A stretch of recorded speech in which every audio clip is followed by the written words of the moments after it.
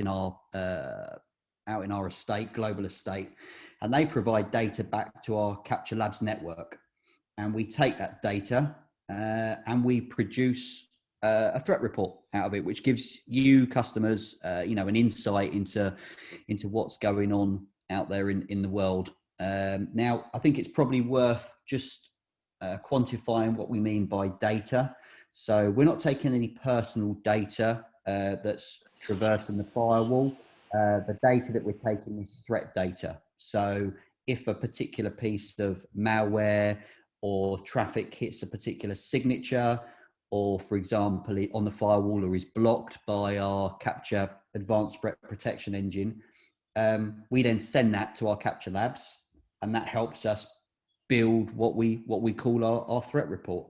If you look at our email security technology that we have out in the market as well, you know, email being one of the leading threat vectors out there, we gather a lot of information, examples of, you know, attempted phishing attacks, etc. And that data then helps, again, us build the threat report.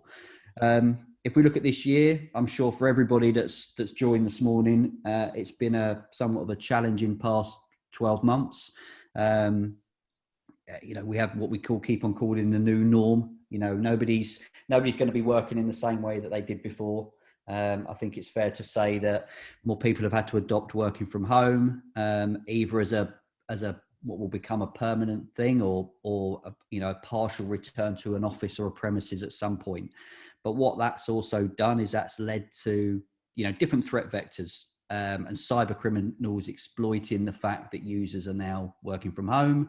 You know, I'm sure many of us that are on here today have been homeschooling children for the past 12 months, which has added given us an added distraction, making more use of cloud applications as well. So, you know, that's really where we've got to with, you know, over the past 12 months, bit of context around the threat report for you as well. So Lex, next slide, please. So a bit of background on SonicWall, for those of you that know or don't know. So we operate in around 215 or over 215 countries. We've got over 3 million firewalls shipped, a large number, over 20,000 global channel partners. NetThreat here today are our platinum partner, one of our top tier partners. We've been in the market, security market now for 28 years. So we're not a new kid on the block. You know, number of different technologies that we work with now, which obviously we will cover in a bit of detail today. But yes, you know, a bit about SonicWall and our heritage. So, you know, we're coming from a very knowledgeable standpoint, you know, with the amount of data that we've collated over the last, you know, 28 years to form, or what forms the threat report. So Capture Labs, so just worth mentioning this. So as I said previously, you know, we take all the data that we see, security data or threat data that we see passing through our sensors, or otherwise known as a firewall or a secure mobile access product or our email security product, and that gets pushed back to our Capture Labs network. So that's built up of over 1.1 million sensors, over 215 countries. We monitor our lab 24/7, 365. And we're obviously just building up a huge repository of data, malware samples, data on malware attacks that we're blocking daily. And again, that helps us build the data that you see in front of you today. So Alexis, I think we'll get on with exploring the threat report, shall we? Yes, I think that's a good place to begin. So if we sort of look at what we have with the sort of global trends that we see in 2021 and our latest threat report, we can see that it's not all bad news, but some of it can be a little bit misleading. Now, certainly one of the areas that we've seen actually a marked drop in is going to be malware attacks.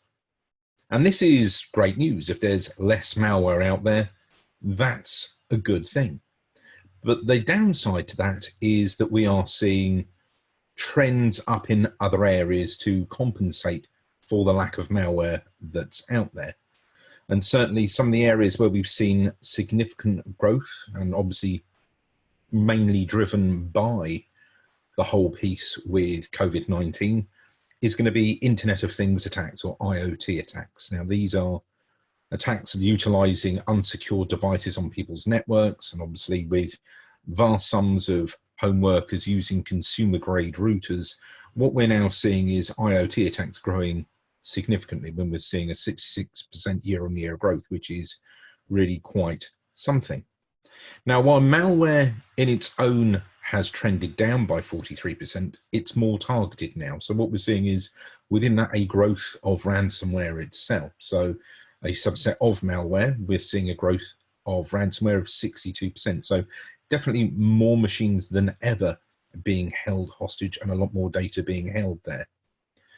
Surprisingly, another thing that we've seen a lot of growth in is cryptojacking. This is something that we saw back in 2018, and it was brought to a crushing halt when one of the world's largest botnets was essentially discovered, and that put cryptojacking sort of on ice for a while, but we've seen it slowly ramping up, and actually now with more less defended devices available for people, we've seen a growth in cryptojacking as well. Intrusion is increased as well, and a 20% growth is very significant. Obviously, cyber criminals are more busy than ever, hoping that people are more vulnerable than ever. So we've seen a growth in that. And then lastly, what we've also seen a growth in, and while 4% doesn't sound like a lot, 4% of a very large number is still a very large number. And what we're starting to see now is a growth within encrypted threats. And that'll be threats that come over secure channels. But we'll get to all of these in a lot more detail as we go through. So one of the things that you'll notice from this graph from 2020 is lockdown began and everything spiked. There was a huge jump in attacks globally in all regions. And in fact, all the different regions do in fact mirror the same curves.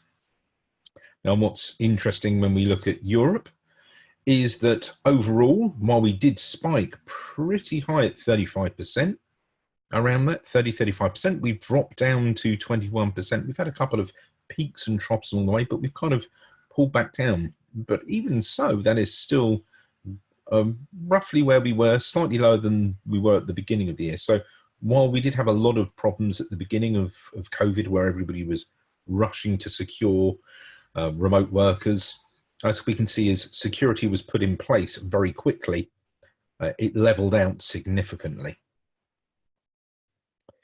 Now, there are 6 key findings we're going to cover off from our threat report that I think would be of interest to you folks. Mixture of talking about ransomware, malicious office files, cryptojacking, IoT, intrusion tactics change, but it's not all bad news. We've also got deep memory inspection and why it's even better than it ever has been before. Ransomware runs significantly rampant, and we can see this chart that growth has been huge at 62%. And this is why I was saying, although malware has dropped, ransomware on the whole has increased. And actually, when you look at December of 2019 versus 2020, that is a very significant increase. In fact, across the board, we're seeing huge amount of growth within that. Now, another really interesting piece of information that came out of this was the actual top piece of ransomware that was there. And this was the RYUK ransomware. Now, what's interesting about RYUK is that it's not new. It's been around since 2018. That's where it essentially first began. But actually what we found was in 2019, it started to spread, and we saw about 5,000 cases worldwide. So still pretty small fry in 2019. 2020, it had grown, but it was still limited to North America. But it's essentially towards the end of 2020 that we saw a huge move.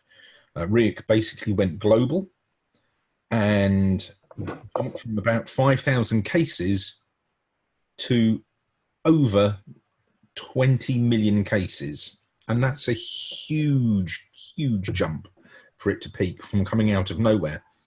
And that's really interesting because obviously it shows that cyber criminals have expanded and grown, and that has allowed them to take more control of a piece of malware that's been lying around for a while, largely unchecked, and leveraging this because obviously people never really saw this as a threat. So that's a really interesting thought to take there. What do you make of that, Tristan? Yeah, I think it's I think like you said, we've seen a big increase. I think it's very interesting that it's not a new piece of ransomware. You know, the fact that it's been about for a while. September's an interesting piece. I wonder why we saw such a peak in September, and why that wasn't maybe July or August, or maybe over more of the holiday period. Why it was in September more than anywhere else. Yeah, I think that's a fair statement. I think if we look at this, it started off at very low numbers, and as it essentially started to get traction in North America in the sort of the first half, I think what you'll find is July is probably when it went global. Yeah, and that's where we saw its meteoric rise to nearly 20 million infections that have been detected. Obviously, it started to drop off now because people are now have measures in place. yeah, But absolutely, it's quite interesting because it's not your normal ransomware story. yeah, absolutely. Oops.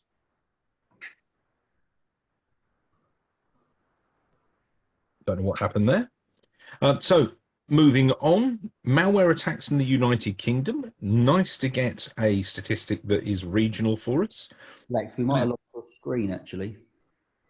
I mean, I can't see your screen.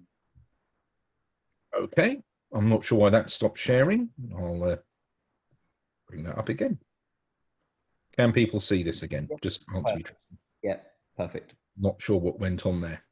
So what's interesting with this statistic is that ransomware in the UK obviously followed that trend that we saw before, where it peaked up at sort of the beginning of COVID and then dropped down and then flattened out.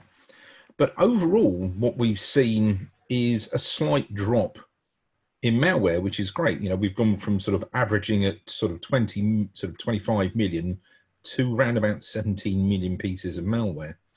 So that's a great trend. You know, we're seeing a nice drop there of about 30%, which is a good thing to see within the marketplace. So certainly from where malware sits, that's a big improvement for us. Now, the downside obviously is ransomware. Now, this is a truly interesting graph, as interesting as graphs can be. And what's really interesting, what we see here is you'll see some very high peaks. And essentially, different agencies were targeted globally, or rather different verticals were targeted globally over the year. Oh, we have some chat. So from this, what we see is initially at the beginning, sort of just after COVID deployed, everything was flat until we hit April, when sort of security was starting to be rolled out and remote access. And what we saw from here was a huge growth in government attacks. And then moving on from those government attacks, what we saw is that tailed off as that avenue got closed down very quickly. And then retail was the next target, because obviously they were scrabbling to do what they could with what little business that they had. And again, this dropped off very quickly. And now what we're in is a big push in towards education. So it's been very highly targeted attacks across three core verticals. And it's a really interesting thing to see that they didn't happen all at once. They were literally staged one after the other. And that really just goes to show that essentially cyber criminals will find something to latch onto. When it becomes less profitable, they will find a new area to attack. Yeah, Lex, I think what's interesting there, and we saw quite a bit from the National Cybersecurity Centre earlier on in the year, was where, organisations or people were targeting government organisations with the offer of, reduced costs, COVID, masks and protection material, as a way of trying to take advantage of obviously what was a very difficult, global pandemic. So yeah, I think you're right. They're smart. They see a weakness, they see a vulnerability, and they target that. Again, education, students working remotely, not sitting behind a firewall anymore. That opened up a lot of attack vectors as well, because they didn't necessarily have the protection in place that they would have, when they were on campus, sitting behind a school deployed firewall. Absolutely. And, preying on the weakness of others is where some of the criminals really sort of jump into this. So it's a really key thing that we've seen exploited.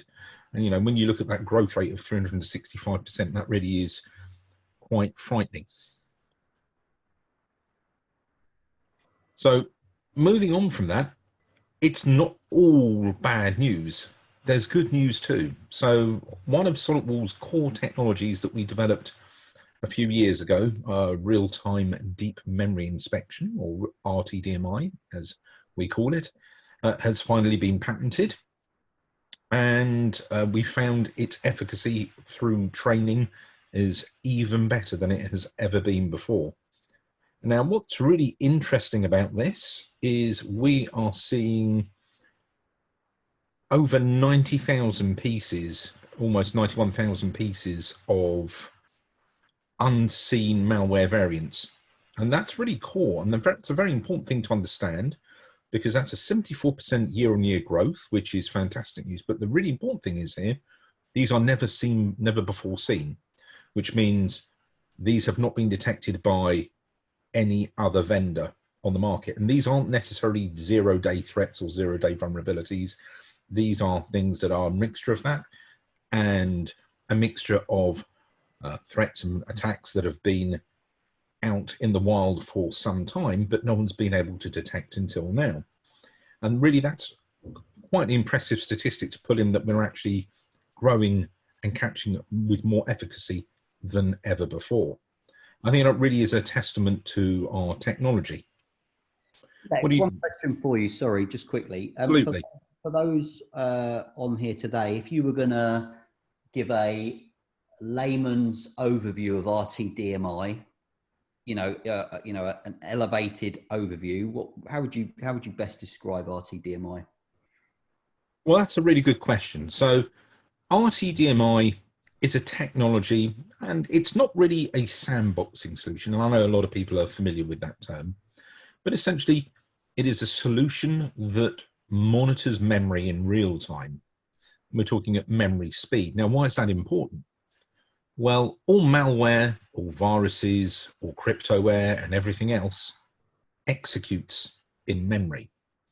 So it doesn't matter where that memory goes, or what, not the memory, where the malware goes and what it does. It always has to do it in memory. It's work area, it's where it has to do things. And so because of that, we can monitor that memory in real time and watch its behavior. And if we see it doing something that is out of the ordinary or perhaps suspicious, we can act upon that and essentially follow what it's doing, and at any point shut it down. Now that's really important, because we don't just stop malware with this, we can actually protect against vulnerabilities in both software and hardware. Now these would be known as side channel attacks. And most people will be familiar with the names Spectre and Meltdown. And these are two side channel attacks that we have protection against. And essentially it allows us to see what the malware or the side channel vulnerability is doing. We can actually see escalations of privilege within an operating system, watch something, monitoring sort of core parts of the CPU and what it's looking for. And we can look for things like that and essentially catch these side channel attacks and malware as well. And because it's memory, it means that we can also catch things like fileless malware. It allows us to see these things executing in memory, and we can again stop these. Even though there isn't a file sitting on somebody's drive, we still have the ability to see it and stop it. So really, it's a fantastic technology, very unique to SonicWall in the marketplace, and allows us to protect against unknown threats that otherwise would not be caught. Thanks, Lex. Yeah, I think we talk a lot about RTDMI, but I think for a lot of people, it sometimes could just could do with being explained, and you did a great job of that. Well done. Thank you very much. Not a problem, Justin. It was a great question. Now, looking at what RTDMI has actually picked up, this is a really interesting trend and goes along with what we saw in last year's annual threat report. So one of the things that we saw trending away was that while email is the #1 threat vector, hot on its heels were Office documents, the likes of Microsoft Office and all, obviously PDF files as well. And what's interesting is looking at sort of the analytics that we've got back from RTDMI is that actually out of all of this, the biggest growth area we've seen is Office documents. And actually, this has shot up significantly to basically being our largest submitted category at 24.87%. And that's huge. That's a 67% growth since essentially COVID happened. And this is simply because people have unsecured bring your own device machines that they're connecting to corporate networks, and they're generating documents and sending them up into, say, OneDrive, which is not unusual if you're using Google G Suite and Google Drive. You might even be using third-party storage like Dropbox or Box.com. But the idea here is people are essentially generating Office documents, which are then just going straight into a core corporate network and being distributed around the organization. And so because of this, it's become a very attractive attack vector because you can run scripts and various other malicious code embedded within a document. And so what we've seen is this huge explosion in Office documents being the new way to push malware. And in fact, what's quite telling is if you look at things like executables, they've dropped to 15.5%. You know, these would be your traditional pieces of malware, but actually a harmless Office document can wreak far more havoc. And so we've seen a huge amount of growth within Office documents. And I think this is very telling of the way that organizations have evolved to cope with COVID. Wouldn't you agree, Tristan? Yeah, I would. And I think this brings, us on to, and we'll talk a bit more about it later, but that whole seamless coverage, so looking beyond, the traditional firewall. And if you're using, cloud applications, like you mentioned, OneDrive, Dropbox, G Suite, how are you protecting them?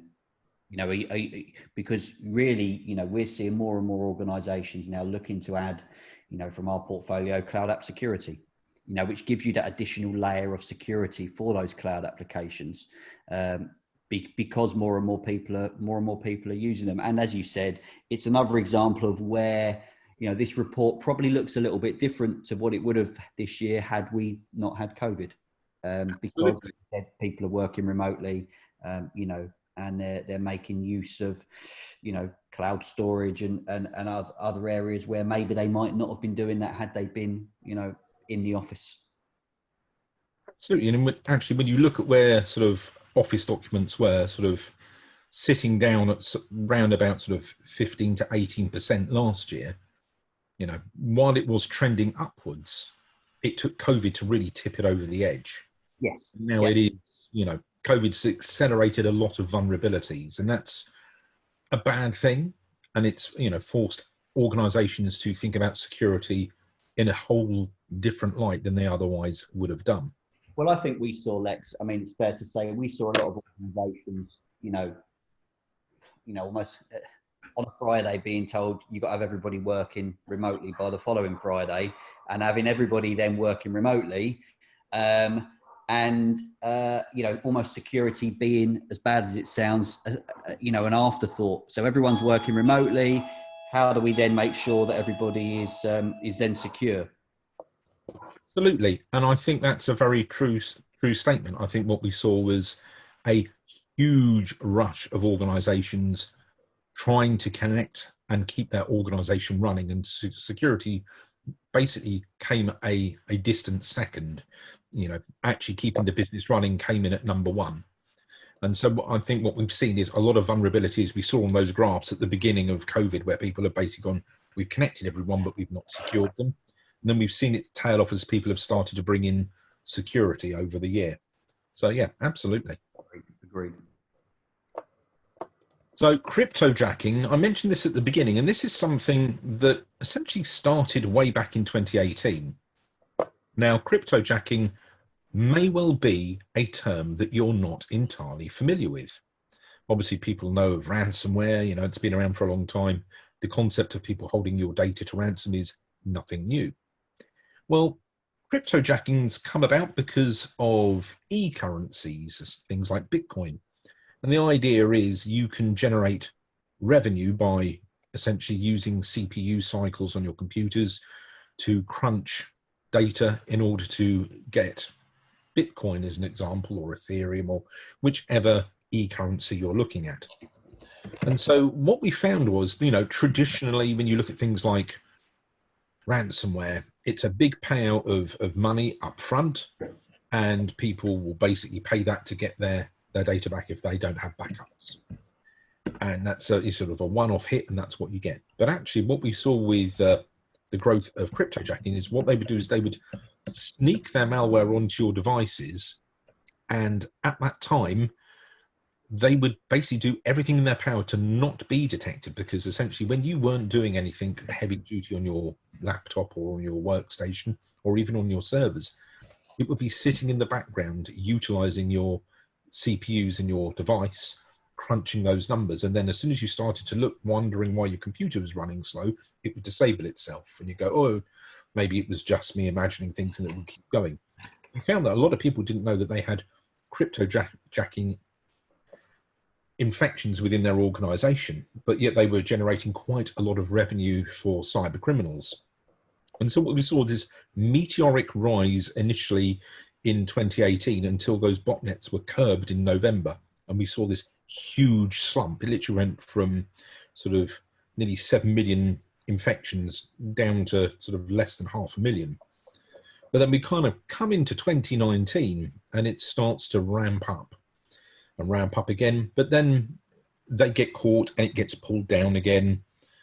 And then towards the end of the year, it ramps up again. But what's really interesting is 2020 saw cryptojacking really grow significantly, especially if you look at the beginning of COVID, where people were not securing because of remote working. You know, we saw infections, you know, jump from what we saw at the previous peak in 2019 of just under 12 million and jump all the way up to about 16 million, which is quite terrifying.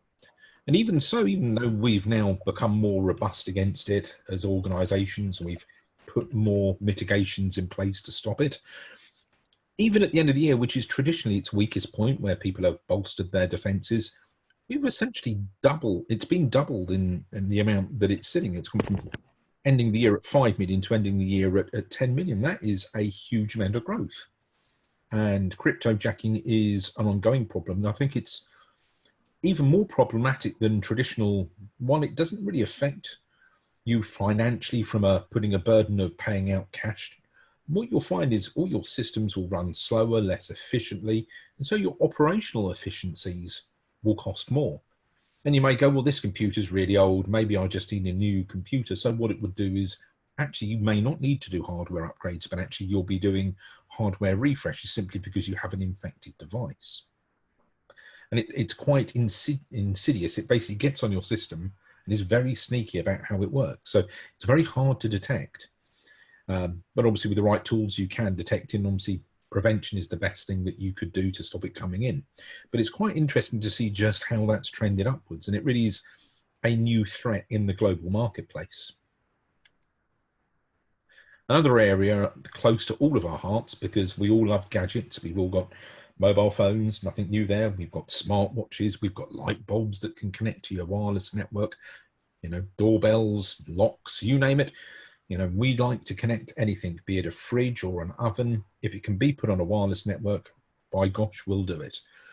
And because of that, what we've seen is a very large growth, especially in 2020, of IoT or Internet of Things malware volume. And the reason for this is obviously devices that are normally defined for Internet of Things, such as light bulbs and such like webcams, they're not secured, and a lot of them will actually just run a unsecured, non-hardened basic Linux kernel. So if somebody can actually leverage access to that device, they can use it as a beachhead onto the network. And so because they're unsecured and there is a very plentiful supply, and you only need to go to somewhere like showdown.com to see this, people can just log in with basic username and password credentials, because most people don't change them. There's no security on the devices. People mainly do not secure them. And so what we've seen is this exponential growth in IoT, and it really isn't going away. And I think it's an area where people need to really understand about sort of segregating sort of wireless connected devices that aren't guest users that are coming into your network and aren't core users of your network, but are sort of dumb devices that sit within your network. They really need to be segregated off for that. I mean, where do you sit on that, Tristan? Yeah, I agree with you, Lex. I think what's interesting as well, and it's you know, you look at the data, and the data almost doesn't match how the year played out in some ways, because, you know, everyone was kind of working remotely sort of April of last year, but actually at that point, the numbers were relatively, you know, compared with the rest of the year, relatively low. And actually, as the year went on, you know, it kind of, you know, grew to a peak in October. But yeah, interesting that, you know, when everyone was first sent home, actually it it didn't have the huge peak that maybe I would have expected. But as you said, you know, IoT is a massive part now. You know, everyone, as you said, has got, you know, personal devices, you know, kettles, fridges, everything else. And sometimes, you know, people take a blind eye to, you know, securing them. And actually, I think this data does show, I suppose, regardless of what point a year, you know, the data was at its peak or not, that it's certainly something that people need to be securing more.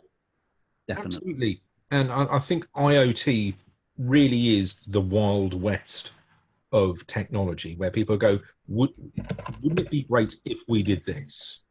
And that's fantastic. But the problem with this is that people think about what they want rather than, and how would we secure that?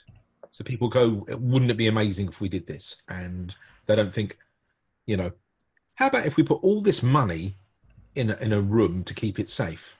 That's a great idea. Then we could all go to that room to get our money. Nobody thinks to put a lock on the door, though. And that's the problem. People kind of want to run before they can walk with IoT. And I think probably one of the things that's caused that trend towards the end of the year, and I'm sure everybody is probably in accordance with me here, but their families probably, Amazon's been very, very busy. And I don't think my family is anything other than a part of the norm, where we've seen a lot of people doing a lot of spending because, well, they can't go out, so they're entertaining themselves. And I think we've probably seen a lot of IoT devices purchased and added to home networks. And I think that's basically what we've seen. It kind of, people had other things to deal with at the beginning of the year, and as the time's gone on, they've kind of got bored and bought things. But I digress. Now, this is one of the other core areas we were talking about, is the evolution and change of intrusion tactics and how they've evolved over the last year. And I think really the really interesting one to look at is directory traversal, right at the bottom of the pyramid with the lion's share. So that actually was sitting at 16%, just below remote code execution last year, where remote code execution was about 18 or 19%. And so what we've seen now is actually, it's not necessarily about using vulnerabilities to execute code on a network, but actually malware, the new tactic is trying to infect as many things as it can. It's all about that directory traversal. It's all about getting into different files and infecting as many files as it can. And if it can, obviously, infect as many workstations and laptops and servers as it can. And that's really telling, because essentially it's showing that cyber criminals are in it for the long term. They're not all about that instant getting in and running a piece of malware that encrypts your data anymore. They're all about getting in your network and getting as much information out of it, or making as much use out of it if they're using things like cryptojacking. But it's all about trying to infect as much of your network as possible now, rather than being far more targeted within your network as it was before. And that's a really interesting thing, because it's showing that essentially cyber criminals are evolving what they're trying to do. They're being less upfront about it, and they're trying to essentially be, should we say, more sneaky in what they're trying to do. How do you feel about that, Tristan? Yeah, I agree. I mean, I think you've only got to look at, they are more targeted now. I think, you know, you probably saw over the, I suppose if we reference back to last year's report, and even probably actually more the year before, everything was a bit more what I would call broad brush. So it was kind of, let's just try and hit everybody and hope that we get somebody take the bait as such. Whereas now I think it is a lot more targeted around what people are doing. Absolutely. I think they've really upped their game, haven't they? Yes, they have, unfortunately. Yeah, absolutely. I think it really goes to show, especially in our findings. So it's a really interesting statistic. Now, another thing that we've talked about in previous threat reports is malware across non-standard ports. Now, what does that mean? Well, ports are a sort of an arbitrary value on firewalls. Think of them like windows or doors. They are essentially, if they're open, traffic can come through them, and if they're closed, it can't. And the way to think of it with a firewall is they've essentially got 65,535 ports. And a lot of ports are designated to particular applications. As an example, File Transfer Protocol, or FTP, sits on port 21. Web browsing resides on port 80, secure FTPs on 22, and secure web browsing's on port 443. So different applications are assigned to specific ports. And, you know, there is no reason for it. It's kind of an arbitrary thing that happened over the years. It was a way of controlling particular applications. But what this means is malware that would normally be targeting sort of mainstream ports that people would expect will now actually look for other open ports to essentially come into the network and move in that way. So if you are, you know, checking for certain vulnerabilities on, say, ports 443 and port 80 for web activity, someone might come in on port 9862, and if you've left it open and you're not checking for it, then it will be coming in on a non-standard port that you will not normally be checking because you would expect nothing to come in on it. And this is problematic because obviously they're learning that people are checking the core ports for anything coming into a network. And cyber criminals are going, well, actually, these ones are fully undefended. They're like a side door that no one's put a padlock on. So actually, we could just come straight into the network that way. And because of that, what we're seeing is a growth now. Now, you know, it's gone from 13% to sort of 25%, but nonetheless, that is a significant growth of 12%. And when you think about that, that's 25% of global attacks actually come in on those sort of side areas where people aren't protecting in those non-standard ports. So actually it makes more sense to secure as much of your perimeter as possible. Tristan? Yeah, I mean, one thing that we probably need to highlight, Lex, as well, and you're probably able to cover it more from a technical perspective, is that we're port agnostic, aren't we? So actually we're not particularly worried about what port the traffic is coming in on. We're more seeing the packet of data rather than the port itself. Whereas I know some other firewall vendors on the market aren't port agnostic, so they'll only inspect certain ports. I couldn't have said it better myself, Tristan. Absolutely. So being port agnostic, we will essentially check traffic regardless of port. So as an example, if we wanted to check for someone having an FTP server that you didn't know about, we wouldn't just check port 21. We'd check all the ports. And if we saw FTP traffic, we wouldn't go, well, we don't know what that is because it's not on port 21. We would go, well, that's FTP traffic. It's just on port 10,582. But it's still FTP traffic. So we can identify and control it and protect against it. And the same goes for malware attacks if they're coming in on non-standard ports. We don't go, well, it's not one of our core ports, so we'll ignore it. We absolutely, Tristan, we will scan across the board regardless of what type of traffic it is. Now, along with non-standard ports, we're seeing another growth area, and while it doesn't sound like a lot, we saw a 4% increase in encrypted attacks. So what are encrypted attacks? Well, when you look at what's in sort of the marketplace for cyber criminals, traditionally, you know, websites were a good way of deploying malware to people's computers. But obviously, more and more people have moved to HTTPS websites. In fact, if you sort of look at the Google Threat Report, or the Google Transparency Report, if you have a look at that, you'll find that Windows-based traffic is hovering around the 90–91% of all websites browsed are essentially HTTPS. And that's a really important thing to understand, because from a consumer standpoint, that's great news. That means that around about 90% of all websites you go to, your credentials and usernames and passwords and bank details and online shopping and name and address, everything that you send is fully encrypted over a TLS tunnel from your laptop all the way to the destination. And that's just what you want. And for all you people out there that are IT administrators, that's exactly what you don't want, because a TLS tunnel, you know, for want of, you know, all intents and purposes, is just an SSL VPN tunnel by another name. And essentially what that means is you've got a secure VPN tunnel from a website to a computer within your network. And the problem you've got with that is it's a VPN tunnel, so your firewall can't inspect it, which basically means that traffic traverses through all your security. So the key thing here is, if cyber criminals can compromise a website, then they can push through a trusted website compromised data or maybe scripts to execute additional data on your laptop down that HTTPS tunnel to your laptop on the other side of the firewall. And so because of that, cyber criminals are starting to grow in this area. Now, it is slow because it's a hard area to break into. But overall, attacks are up 4%.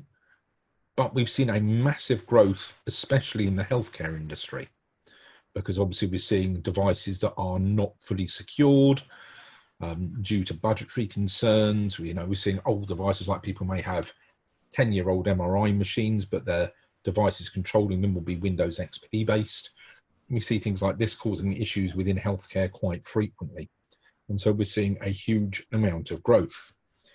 Now, obviously, in other areas where there is better security, growth is less, but there is growth nonetheless. And, you know, if cyber criminals can crack more sites and get onto them, then obviously it's a free pass into any network that connects to that site.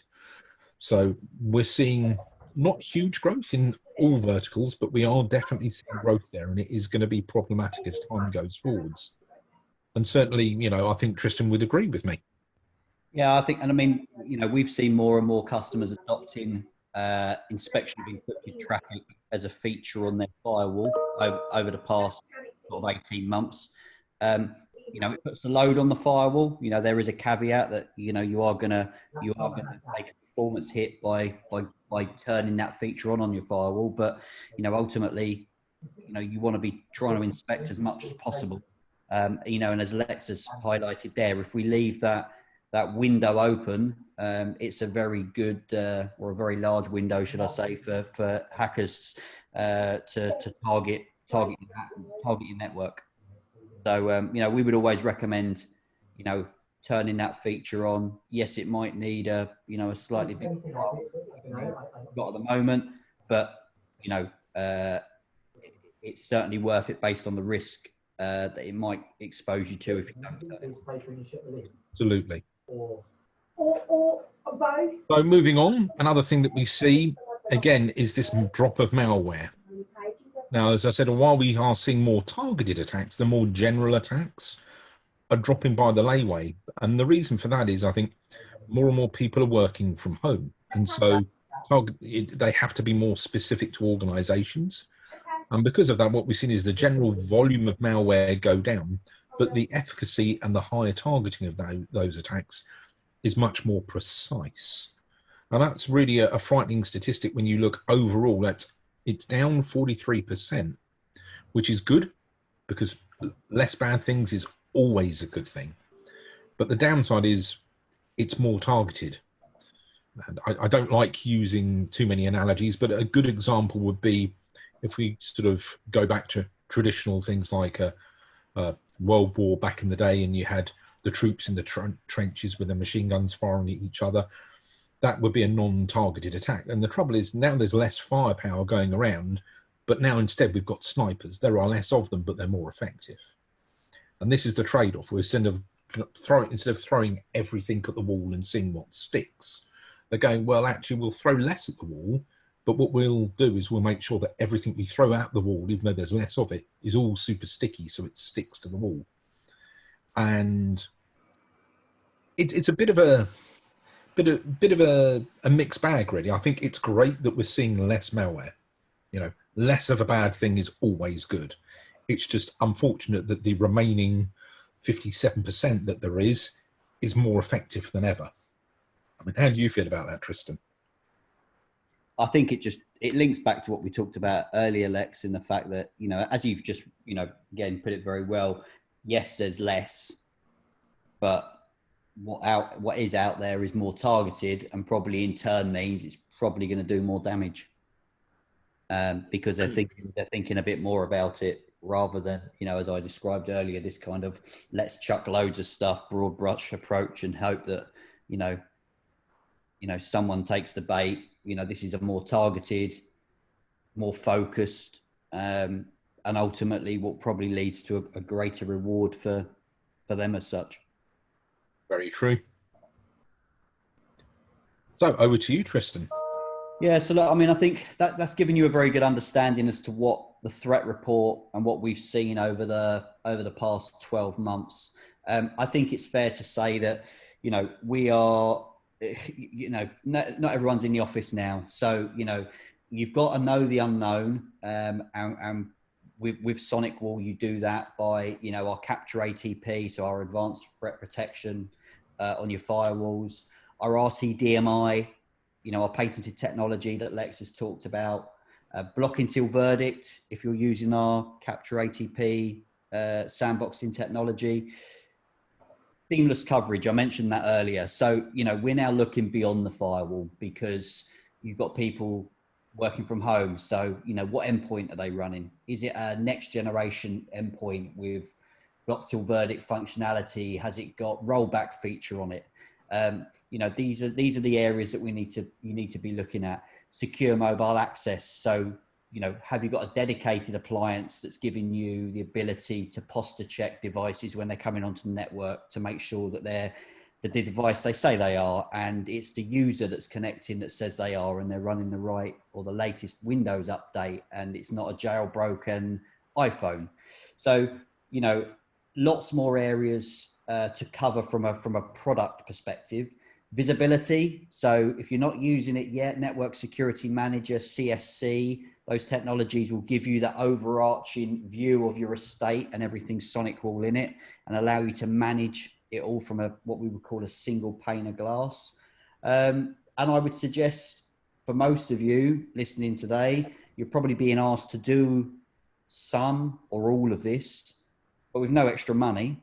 You know, the fact that there's people working remotely, and they aren't sitting behind the firewall, you've got to be able to protect them, but your company's not going to give you any more money for that. So I would say we are very good at disruptive economics, and that's another piece that you kind of need to build into your plan, is, you know, looking for technologies that work well together, can be managed from a single point of glass, which obviously reduces that administrative overhead, and at the same time doesn't hit your pocket hard. So, you know, there's probably some technologies, cloud up security and our endpoint, that maybe some of you today aren't familiar with. Get in touch with the guys at NetThreat, get a trial or a demo arranged of that technology, and see how it can add and extend your your security posture beyond the firewall, because I think that's what we're certainly seeing more of today. Thanks, Lex. Thank you, Tristan. So just to wrap up, the SonicWall 2021 Cyber Threat Report is available on our website.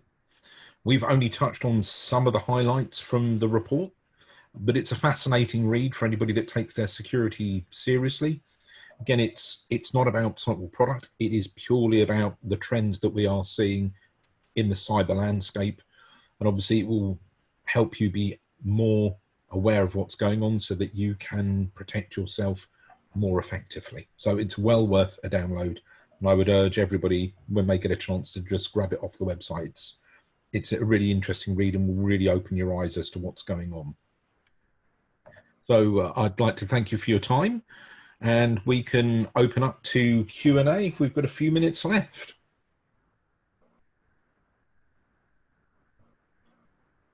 So let's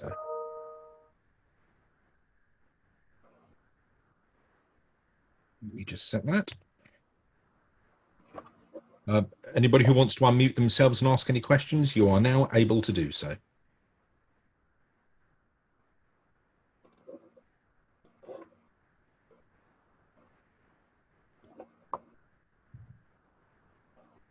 No questions, Lex.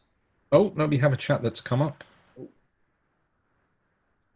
No questions. Well, that's fabulous. I'd just like to say thank you to everybody for their valuable time. It means an awful lot to us, and I hope that you stay safe and keep your businesses running well.